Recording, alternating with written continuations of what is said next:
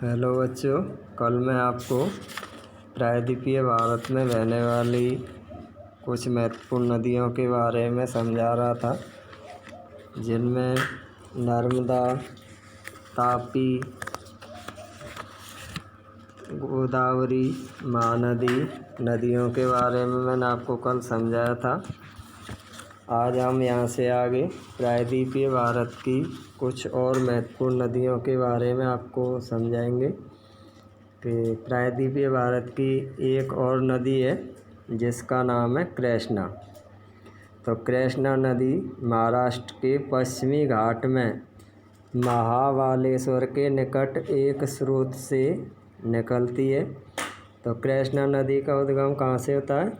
महाराष्ट्र के पश्चिमी घाट में महाबालेश्वर के निकट से। ये कृष्णा लगभग 1400 किलोमीटर बहकर बंगाल की खाड़ी में गिरती है। तो अर्थात कृष्णा नदी की कुल लंबाई है लगभग 1400 किलोमीटर, और ये कहाँ पर गिरती है? बंगाल की खाड़ी में। तो कृष्णा नदी का उद्गम महाराष्ट्र के पश्चिमी घाट में महाबालेश्वर के निकट से होता है और 1400 किलोमीटर बहते हुए बंगाल की खाड़ी में गिर जाती है। कृष्णा नदी की कुछ सहायक नदियां हैं और उन सहायक नदियों के नाम हैं तुंगभद्रा, कोयना, घाटप्रभा, मुसी और भीमा। तो कृष्णा नदी की सहायक नदियां कौन कौन सी हैं? तुंगभद्रा, कोयना, घाटप्रभा, मुसी और भीमा। इसकी द्रोणी अर्थात कृष्णा नदी भारत के महाराष्ट्र, कर्नाटक और आंध्र प्रदेश राज्य में बहती है।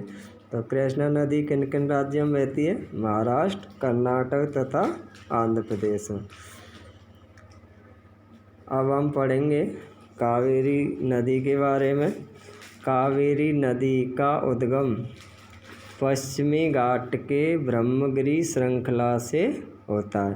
तो कावेरी नदी कहाँ से निकलती है? पश्चिमी घाट के ब्रह्मगिरि श्रृंखला से, तथा तमिलनाडु में कुडलूर के दक्षिण में बंगाल की खाड़ी में मिल जाती है। तो ये बंगाल की खाड़ी में गिरती है। तमिलनाडु में कुडलूर नामक जगह है, वहाँ पर इसकी लंबाई है 760 किलोमीटर। तो कावेरी नदी की कुल लंबाई कितनी है? लगभग 760 किलोमीटर। इसकी प्रमुख सहायक नदियाँ यानी कावेरी नदी की प्रमुख सहायक नदियाँ हैं अमरावती, भवानी, हेमावती और काबिनी। तो कावेरी नदी की सहायक नदियाँ कौन कौन सी हैं? अमरावती, भवानी, हेमावती तथा काबिनी। इसकी द्रोणी अर्थात ये भारत के किन किन राज्यों में बहती है? तमिलनाडु, केरल तथा कर्नाटक। तो कावेरी नदी का उद्गम ब्रह्मगिरि श्रृंखला से होता है पश्चिमी घाट में, और ये 760 किलोमीटर लंबाई में बहती हुई तमिलनाडु में कुडलूर के पास बंगाल की खाड़ी में गिर जाती है। अमरावती, भवानी, हेमावती तथा काबिनी इसकी सहायक नदियाँ हैं, और ये भारत के तमिलनाडु, केरल तथा कर्नाटक राज्यों में बहती है। भारत में दूसरा सबसे बड़ा जलप्रपात कावेरी नदी बनाती है। कहने मतलब भारत का जो सबसे बड़ा जलप्रपात है वो कुंचिकल नाम से है, और जिसकी ऊंचाई है लगभग 455 मीटर। ये भारत के कर्नाटक राज्य में है। तो जहाँ भारत का सबसे बड़ा जलप्रपात कुंचिकल है, ये कर्नाटक राज्य में है। इसकी ऊंचाई लगभग 455 मीटर है। वहीं भारत का जो दूसरा सबसे बड़ा जलप्रपात है वो कावेरी नदी पर बना हुआ है, और इसे शिव समुद्रम के नाम से जाना जाता है। तो कावेरी नदी पर भारत का सबसे दूसरे नंबर का जलप्रपात बना हुआ है, जिसका नाम है शिव समुद्रम। तो पहला जलप्रपात या यूँ कहें सबसे बड़ा जलप्रपात कौन सा है? कुंचिकल, कर्नाटक में। और दूसरा सबसे बड़ा जो जलप्रपात है वो कावेरी नदी पर बना हुआ है, जिसे शिव समुद्रम के नाम से जाना जाता है। प्रपात द्वारा उत्पादित विद्युत, अर्थात जो शिव समुद्रम जलप्रपात से बिजली का उत्पादन होता है उसका उपयोग मैसूर, बंगलौर तथा कोलार स्वर्ण क्षेत्र को प्रदान किया जाता है। कोलार भारत की सोने की खदान है जहाँ से सोना निकाला जाता है। इन बड़ी नदियों के अतिरिक्त कुछ छोटी नदियाँ हैं जो पूर्व की तरफ बहती हैं।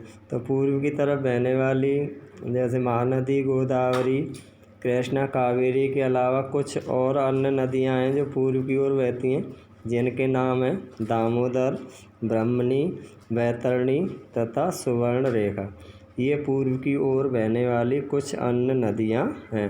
तो जैसे आपके प्रश्न आता है कि पूर्व की ओर बहने वाली नदियों के नाम बताइए, तो महानदी, गोदावरी, कृष्णा, कावेरी, दामोदर, ब्रह्मणी, बैतरणी और सुवर्णरेखा। हमारी पृथ्वी का जो कुल क्षेत्रफल है उसके 71% भाग पर जल है, या यूँ कहें कि हमारी पृथ्वी का कितने प्रतिशत भाग जल से ढका हुआ है? 71%।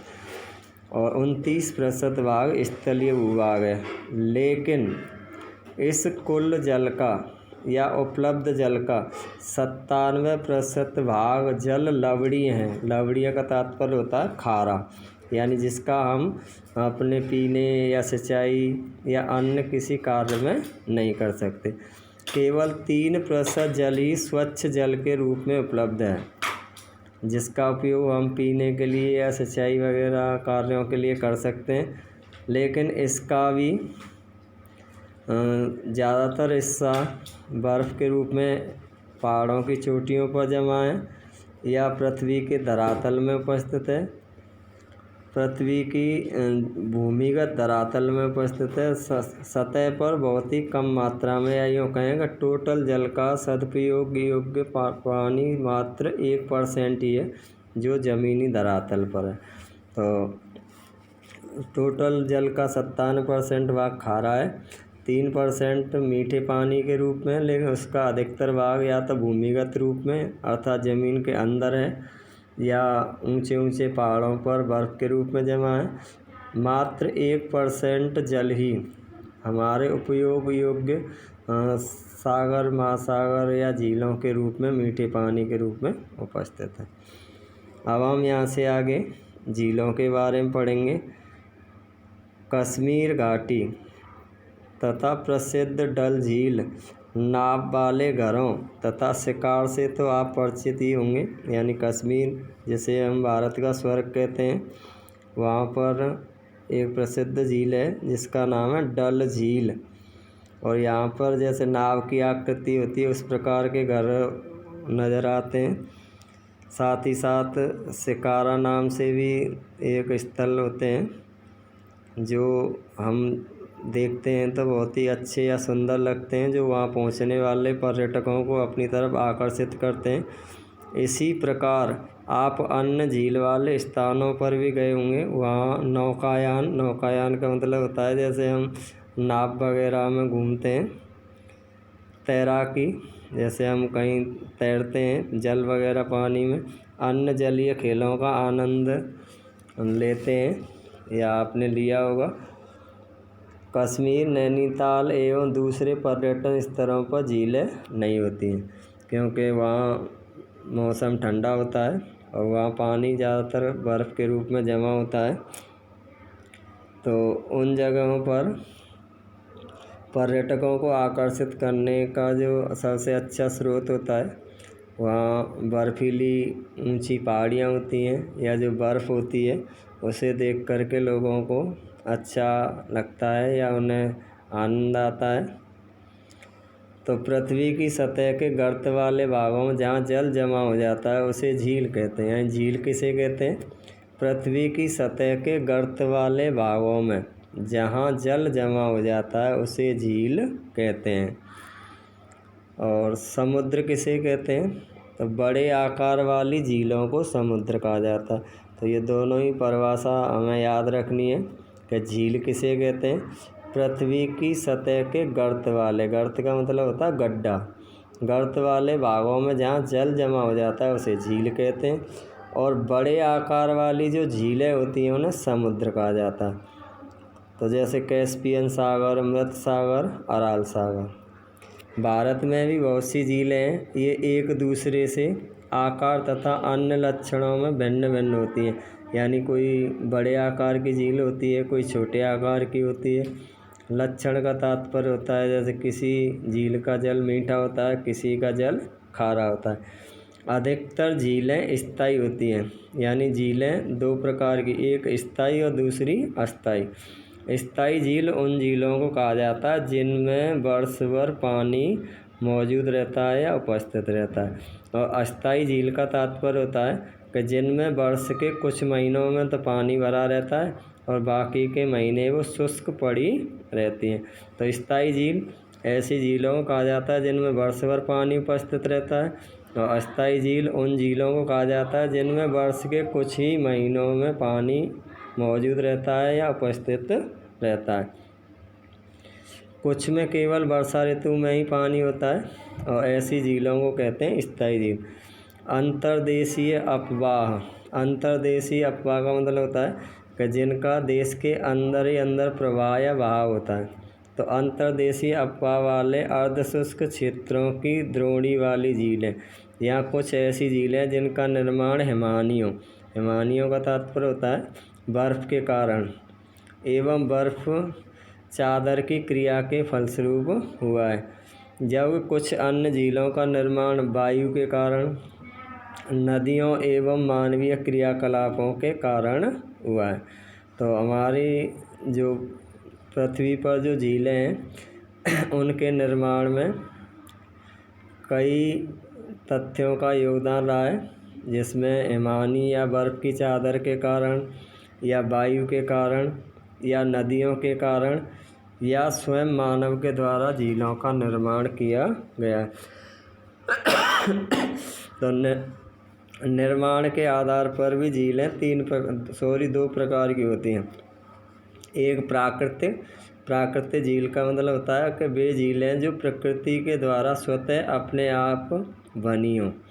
और मानवीय झील यानी जिन्हें मनुष्य के द्वारा निर्मित किया गया है। एक विसर्प नदी बाढ़ वाले क्षेत्रों में कटकर गोखुर झील का निर्माण करती है। गोखुर झील, जैसे हमने नदियों के बारे में पढ़ा था कि नदियाँ भी बहते हुए जैसे आपके गाय के खुर के समान आकृति बना लेती है, तो ऐसे ही झील का भी आकार गाय के खुर के समान होता है, तो उसे कहते हैं गोखुर झील। स्पिट तथा बाररोध का तटीय क्षेत्रों में लैगून का निर्माण करते हैं। तो लैगून भी आकार होता है एक झील का। और भारत में लैगून झील का उदाहरण है चिल्का झील, पुलिकट झील और कोलेरू झील। तो भारत की प्रसिद्ध लैगून झीलों के नाम चिल्का झील, पुलिकट झील तथा कोलेरू झील। अंतर्देशीय भागों में झीलें कभी कभी मौसमी होती हैं। उदाहरण के लिए राजस्थान की जो सामर झील है, ये खारे पानी की झील है जो एक लवण जल वाली झील है। लवण जल का मतलब होता है खारे पानी की। ये हमारे राजस्थान में स्थित है। इसके जल का उपयोग नमक के निर्माण के लिए किया जाता है। तो भारत में जितनी भी ज़्यादातर खारे पानी की झीलें हैं, अगर उनका कोई सदुपयोग होता है तो वो आपके नमक बनाने के लिए होता है। तो खारे पानी से क्या तैयार किया जाता है? नमक तैयार किया जाता है। और ये नमक ज़्यादातर हमें झीलों से प्राप्त होता है। अब हम यहाँ से आगे आपको कल समझाएंगे।